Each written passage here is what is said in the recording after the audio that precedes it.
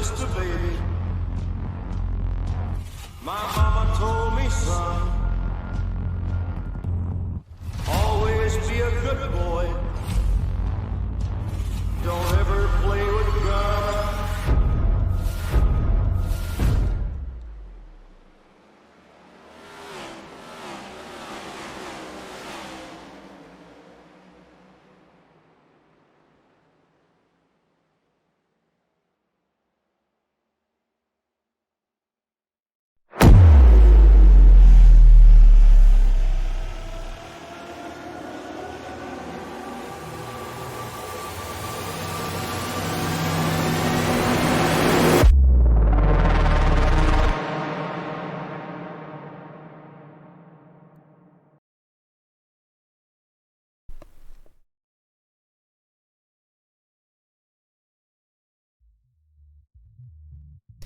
Hello everybody and welcome to Wisconsin and Elkhart Lake, where we get ready to go racing here at Road America, one of the finest racetracks in the United States.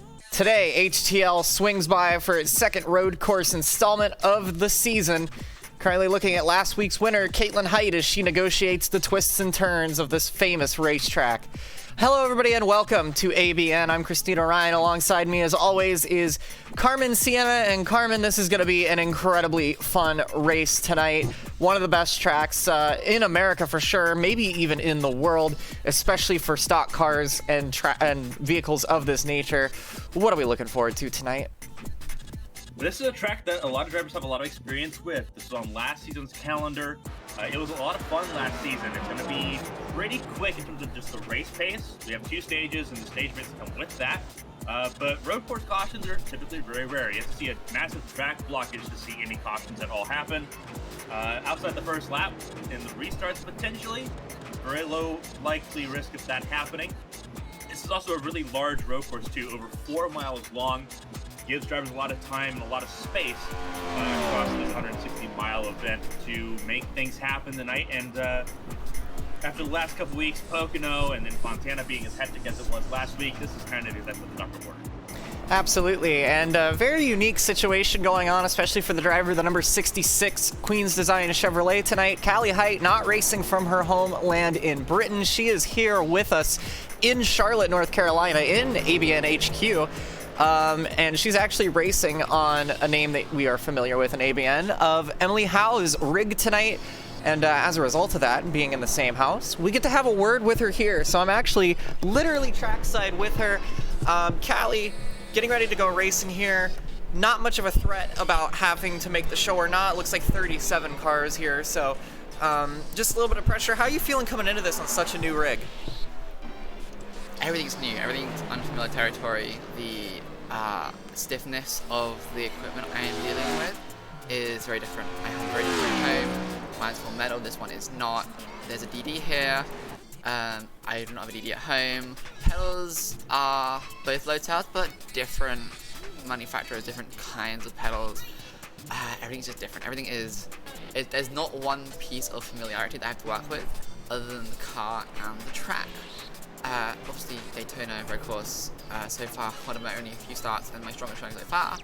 These are circumstances that on the track I am comfortable with, but again, with the equipment I'm working with, it's a little harder to get grips with. So the reduced pressure of so few cars showing up tonight, the lack of an uncharted fight, so to speak, does alleviate a lot of that pressure and give me more comfort coming to the night's race.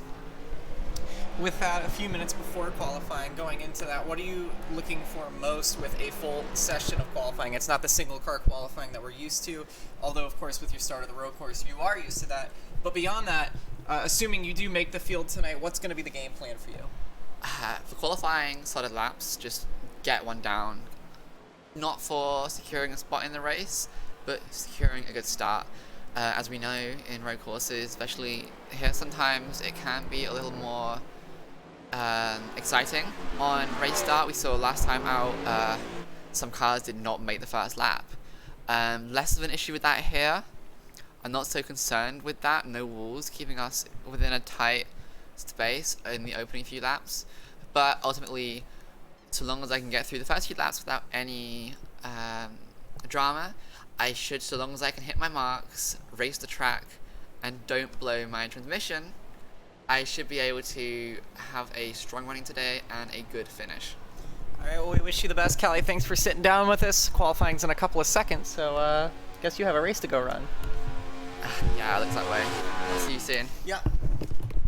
So a very unique situation there with one of the finest drivers from the UK in ABN. And as the track starts to turn over now for qualifying, we will get ready to bring you that. And as we mentioned in the interview, Carmen, not the single car qualifying that we've seen time and time again. The road courses, it is a group session of 20 minutes. Yeah, it's going to be it's just like what it was at Daytona, going to be unique. A little bit easier with this track. Again, mentioned how long this track is, 4.048 miles if you want to be specific. But a lot of space. Callie mentioned that in her interview there. Like, Daytona was a lot of close walls. You have almost a street course feel in terms of just how narrow it can be if you make a mistake at certain parts. It's not that way here. You have concrete walls that are out a little bit. You've got grass, you've got runoff, you've got pavement, you've got gravel. You've got a mixture of everything here. So it's a little bit more forgiving.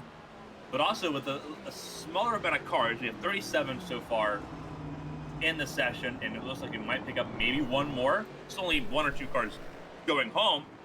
A lot less stressful tonight. So drivers can spend more time focusing on getting up to speed and hitting their marks. It's almost an extension of the practice session now, with how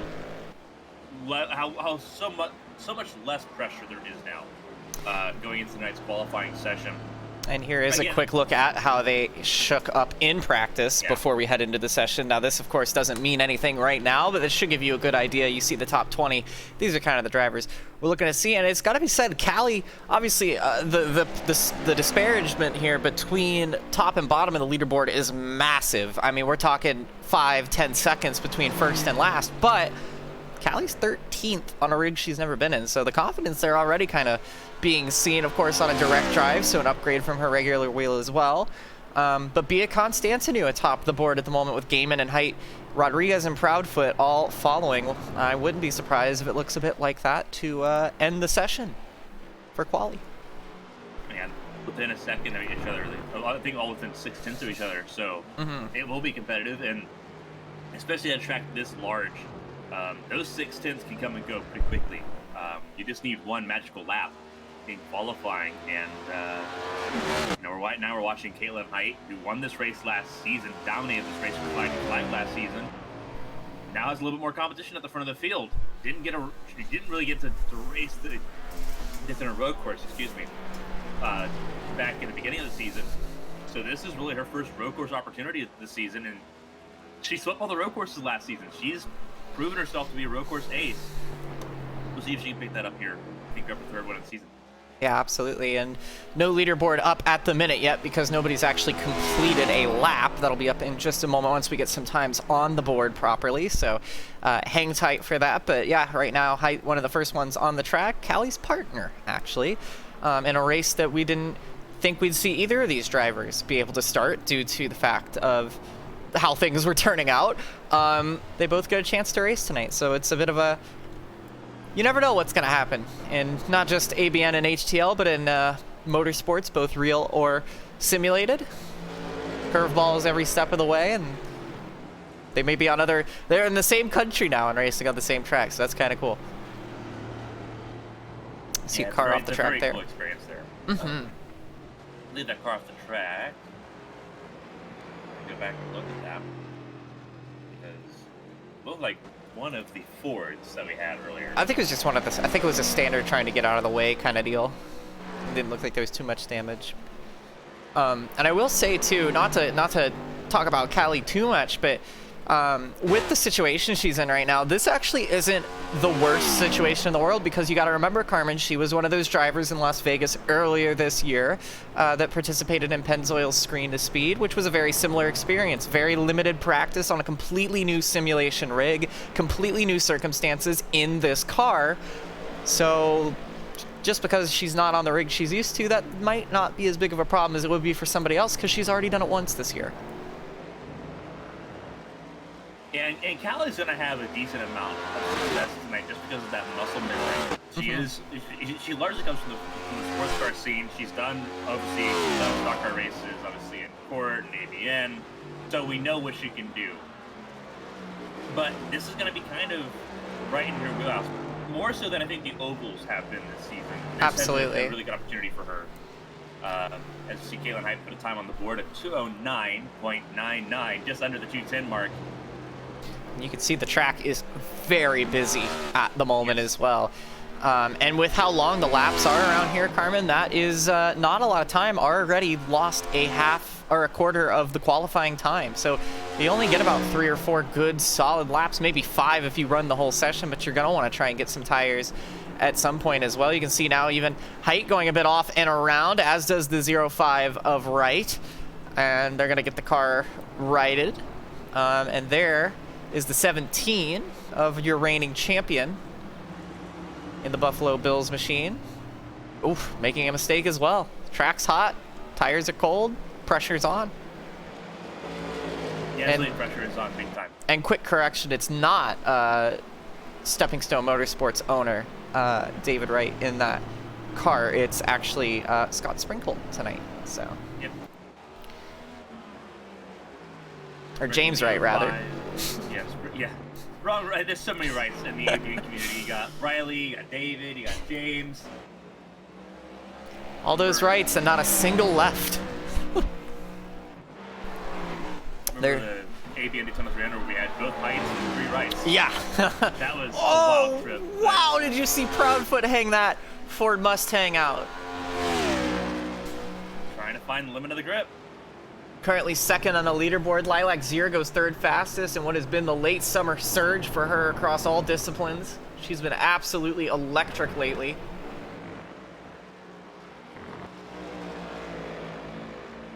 Proudfoot trying to make something happen here. Sosi now goes third fastest. Blowers goes 12th fastest. 15 cars have set a lap time thus far. Callie Height 7th. Connor Moore 6th. Some good competition. Because Sosi's been very sneaky on the road courses. Finished 5th at Daytona. He's a driver that I think legitimately has emerged as a contender every single race. Absolutely. We've not seen him be weak at a race yet. He was good at New Smyrna, so we kind of think that he's going to be pretty good at Myrtle Beach as well.